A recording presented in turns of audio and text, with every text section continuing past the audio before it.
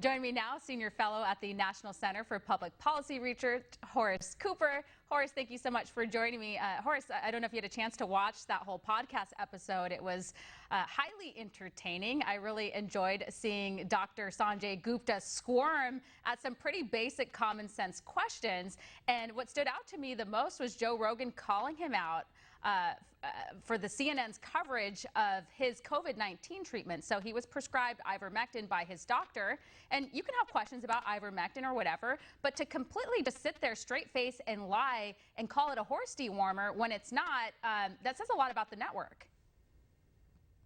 It says a lot about the network. It says that the network actually isn't interested in letting adults make decisions about their own medical situation. They certainly don't apparently care about you sitting down with your doctor and reaching conclusions. What they want is for you to do exactly what they're telling you. That is actually not supposed to be the role of the media. The media is supposed to act like a watchdog. Now, I'm old enough to remember that when the AIDS pandemic appeared, the media told us that the federal government, the CDC, the FDA, and all arms of the government were not doing enough, and they acted in ways to call out those people who were responsible. Many of them said they were just giving us the scientific evidence and the facts.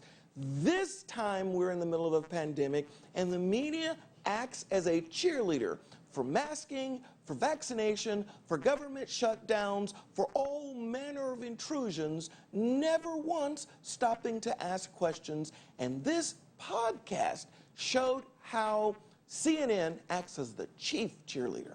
Yeah. And you know, these people at CNN, they have a computer and like they can Google what ivermectin is, or they could have asked Dr. Sanjay Gupta, hey, like, why would people in this country be taking horse dewormer? And then he would have been able to explain to them that it's not horse dewormer and that some people believe that this is a good treatment and they're prescribing it to their patients, and it seems to be having good results for some people who have taken it along with other medications. And again, I'm not promoting anything. I'm just saying that I'm really concerned about this effort to like have people do what you say. So these people in the media over at CNN and all these other networks, they're all regurgitating the same talking points. They're all playing doctor on television, and it's like they feel like they can tell people what to do. And that's just not something I think that is a responsible thing for people who have a platform to do. And we don't do this on the show. We're saying, like, do what's best for you. You make your decisions. You talk to your doctor, and you figure it out.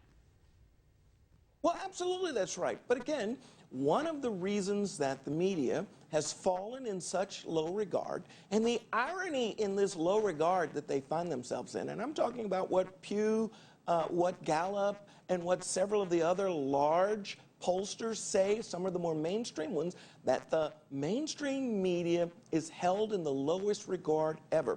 What's the irony to me is CNN is reaching fewer and fewer and fewer people, and it is remarkable that with that audience that's so small, so tiny, that they would waste time failing to do some of the basic due diligence. Why don't we ask a medical professional? Why don't we tell our anchors, our people who are going to be coming on the air, who are paid contributors, not to mock various types of treatment? It's okay if they want to promote a particular type. I still question if that's the media's role, but that's not nearly as dangerous and disastrous as actually mocking the idea of relying on your doctor's recommendations and your own decisions about your treatment. That shouldn't be the role of the media. And then Rogan pointed out, he's like, well, if they're lying about my personal COVID-19 treatment, then what else are they lying about? And that's a great question. I'm glad he brought that up. Absolutely. It just, if they can't even be honest about something so simple, what can they be honest about? And obviously we expose that a lot, and we've talked about it a lot on this show. But yeah, I mean, I'm glad that he did it. It's interesting that Gupta actually sat down and went into the lion's den, if you will, because again, it just exposed what's really going on here. What I'm really worried about now is this latest push to have small, young kids vaccinated, and Biden's been pushing for this, and he said, quote, families will be able to sleep easier at night knowing that their kids are protected.